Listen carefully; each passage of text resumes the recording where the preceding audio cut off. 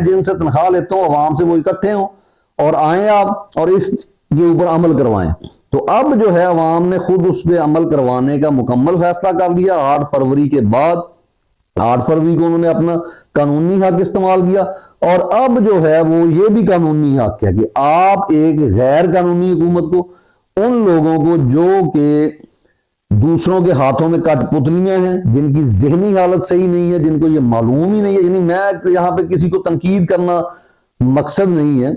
یعنی عمران خان صاحب نے کل جو بیان دیا تھا یا کل یا پرسوں جو بیان دیا، انہوں نے کہا ہے کہ اگر آپ جو ہے فیض حمید صاحب کو میرے ساتھ ملاتے ہیں، کنیکٹ کرتے ہیں، تو پھر جو ہے وہ اس کا ٹرائل کیا ہوگا، سیویلین ہوگا اور اوپن ٹرائل ہوگا.